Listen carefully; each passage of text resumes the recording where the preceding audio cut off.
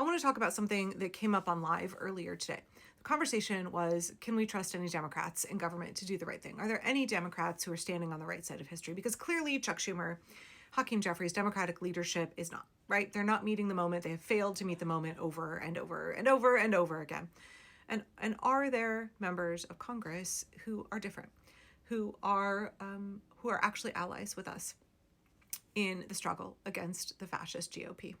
And of course, there are Democrats who are meeting the moment. Maybe they were a little slow and hesitant initially, but they found their courage and they found their strength, and they're doing the right thing. The one person I would say always knew his strength and was always doing the right thing was Representative Al Green, and I'll talk about him more in just a moment. But there's so many other members who are not represented by their own leadership, and their leadership consistently is doing the wrong thing. And they know it. So we're seeing these younger, more progressive members, especially in the House, especially in the progressive caucus, who are willing to act in defiance, in direct opposition to what their leadership wants. They're pissing off leadership, and they know it. A year ago, Hakeem Jeffries, we heard behind closed doors, was threatening to pull people's committee seats and was threatening to punish members of the House who would not fall in line with his simpering, pathetic, do-nothing plan. But there are an awful lot of Democrats who now are saying, I don't give a shit what Hakeem Jeffries says. I got to stand up in this moment. I got to do the right thing. Whether it is speaking out about abolishing ICE and dismantling DHS, whether it is defending Jeffrey Epstein's victims and demanding justice, and being unwilling to let those things go, being unwilling to settle for anything less than what is right and just and what the people deserve. And obviously, I very much appreciate the work that Rep. O'Connor has done with Republican Thomas Massie to get the Epstein Files Transparency Act passed. I appreciate how much work Jamie Raskin is doing. But when it comes to shining light on the Epstein Files cover-up that Pam Bondi, Kash Patel, and so many of the Republicans are engaged in, Mike Johnson, there is one representative who really stands out to me. And that's Melanie Stansbury of New Mexico. She has consistently been a voice for the victims, and she has consistently expended an awful lot of political capital. At great risk to herself, has spoken out vigorously and appears to be vigorously pursuing justice. Now Melanie is somebody that I criticized a little bit a year ago. She wasn't really on my radar all that much because she's from New Mexico and I'm from Oregon. But last year for the State of the Union, there were a group of Democratic electeds who all wore pink, and that was their symbolic protest, right? When we talk about effective protest, they're symbolic gestures that raise awareness, right? That change the conversation, shift the conversation, but they're not in any way disruptive, and they don't stop the harm that is being done. They are a small component. But for me, last year I was like, that's not enough. That's not enough, especially when Representative Al Green stood up and did the right thing. He disrupted the State of the Union. That is a man who from day one was doing the right thing on behalf of democracy and his constituents. And he got booted from the State of the Union. And when that happened, and I did not see Hakeem Jeffries and Chuck Schumer, every single Democrat in Congress, stand up and walk out with him in solidarity, I was like, this is not good. This is not good at all. And so I took that frustration out on those members who had their little signs and wore pink. And it was like, why didn't you all walk out? But really the problem was the fact that leadership didn't stand up and didn't model any of that. And now we're hearing this year. So I was critical of Melanie Stansbury in that regard. That's the only time I've really, been upset with her. And I think that was misplaced. And I'm perfectly happy to admit that now. That was misplaced. I should have been far more angry at leadership than I was at the reps who wore pink. By the way, Hakeem Jeffries has now said he is telling members of the House that they cannot organize any disruptive action for this year's State of the Union. They can either choose not to attend or they can sit in silent protest, right? Which is just like completely not, what is that doing? What is that doing, Hakeem Jeffries? Why are you giving credence to Donald Trump? Why are you sitting there and doing nothing in the people's house? Broadcast on national TV. Why are you wasting that opportunity being like, you either cannot attend or you can sit silently? I hope there's disruptive action. I think every single Democrat in Congress needs to be planning something disruptive, a show of unity, a show of united opposition. And whether Chuck Schumer and Hakeem Jeffries are included in that, that's going to make that really clear delineation. Who's part of the opposition with us and who's not, right? That's my own personal take. I said a year ago, I made a video a year ago that I thought AOC was right, and they all should have walked out then. They definitely all should have walked out in solidarity with Al Green, and they didn't. Okay, anyway, thanks for letting me take that tangent. Back to Melanie Stansbury and the Epstein files. I want to share a couple of clips with you of what she said over the last few days. Now, she's been speaking out pretty aggressively for months, and she has been meeting with the victims, and she is determined to get justice. Hey everyone. Well, I just got back to the Capitol after spending the morning at the Department of Justice reading the Epstein files, and it's a lot to process. There's a lot of truly dark, disgusting, and disturbing material in those files. And to understand the depths of depravity, I just can't even, there aren't words to describe what are in those files. But it's very clear that the United States government has failed to hold perpetrators accountable for decades in this case, with the original sin of failing to prosecute Jeffrey Epstein in 2006, when the FBI and the Department of Justice had the opportunity to, which allowed him to continue to abuse women across his properties and across the world. And it's so dark. It's so dark. A few things I want to say is that it's very clear that Department of Justice is covering up names of potential perpetrators and powerful people. As you're aware, Thomas Massie unmasked Sultan last night, and I can tell you that there is all kinds of disturbing correspondence between Jeffrey Epstein and various world leaders, including leaders from the Kremlin, involving conversations about women. There's a lot of redactions involving co-conspirators, many of which the FBI identified as assistants and people who worked for Jeffrey Epstein. Many of them were women. They were schedulers, assistants, but they were often the people that the survivors interacted with when they were brought in to be abused by Epstein and Maxwell and were paid by these individuals and scheduled, etc.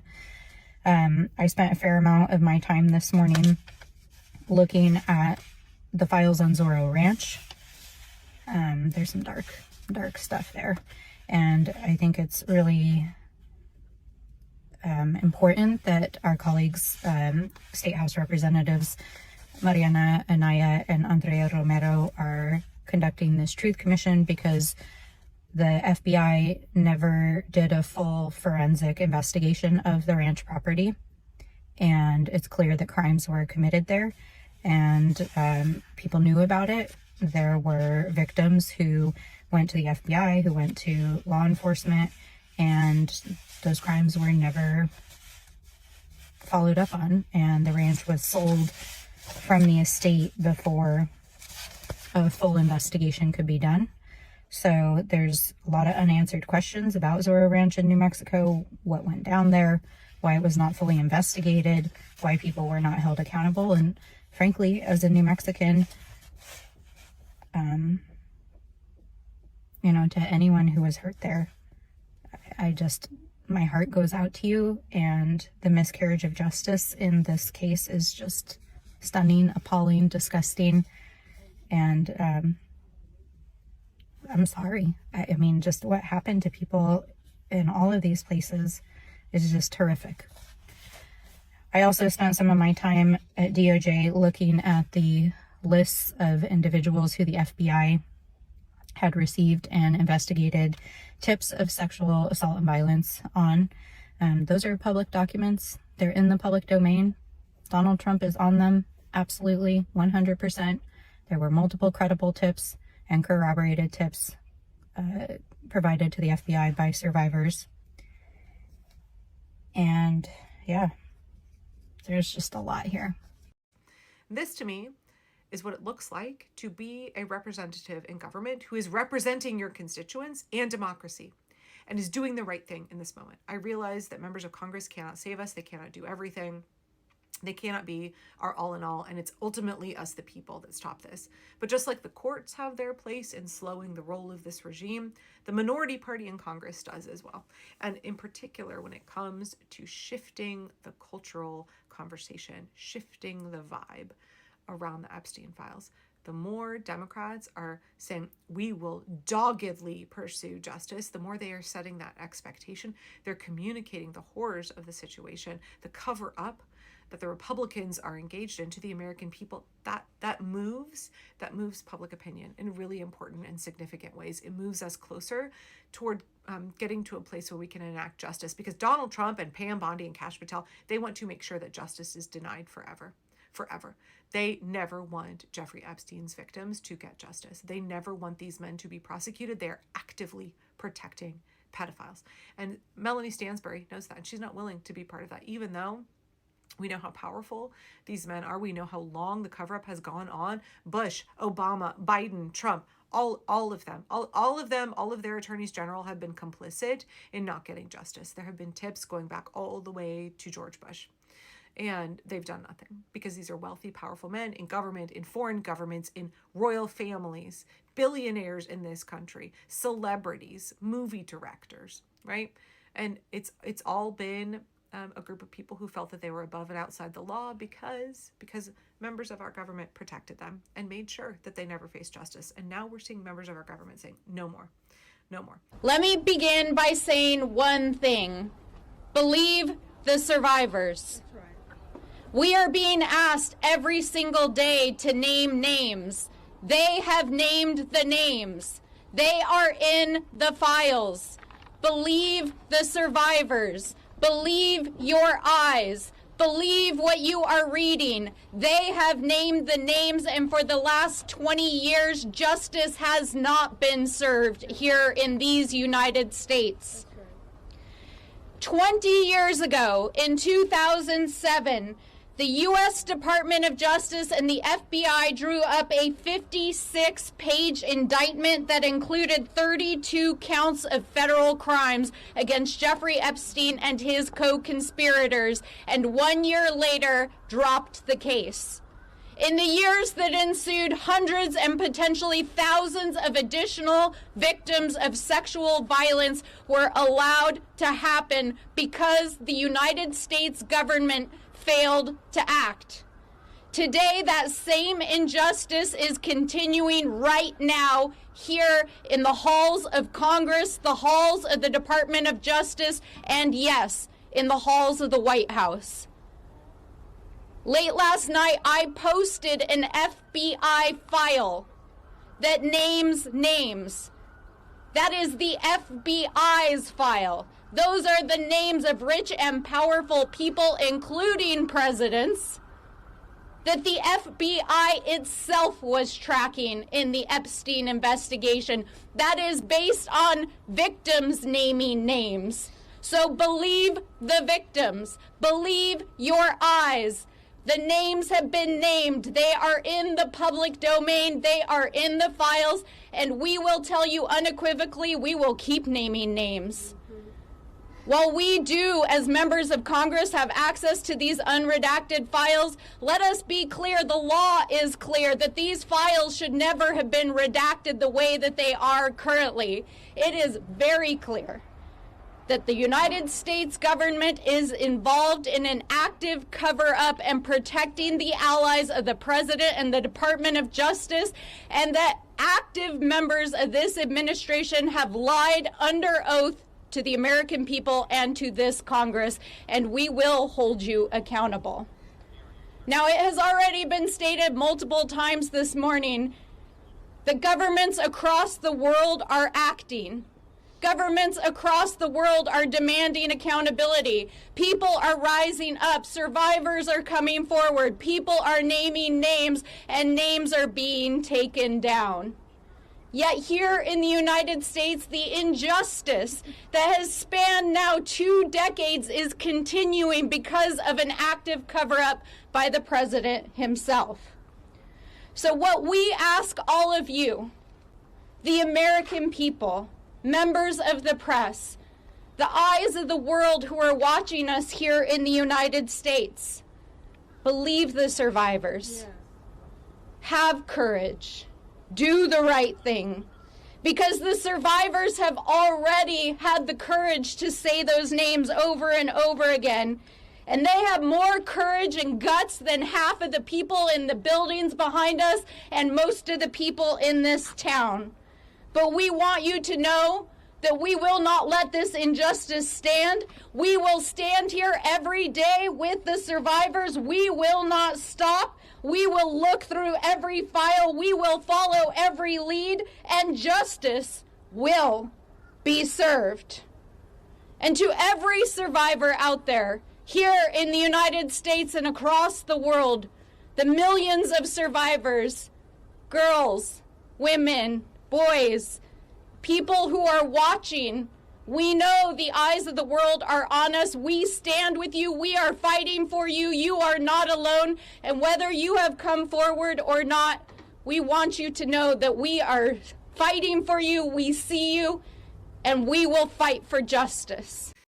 So for me, Melanie Stansbury is really demonstrating what it looks like to be a representative who is making the right moves, who is doing the right things.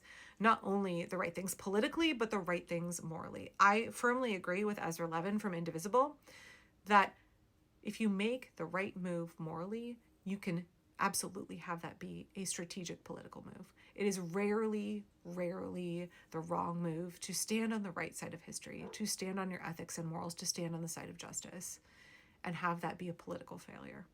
And if it is a political failure, okay, well, that's because you failed to change people's opinions. You failed to communicate that what you were doing was necessary and just and good for all of us.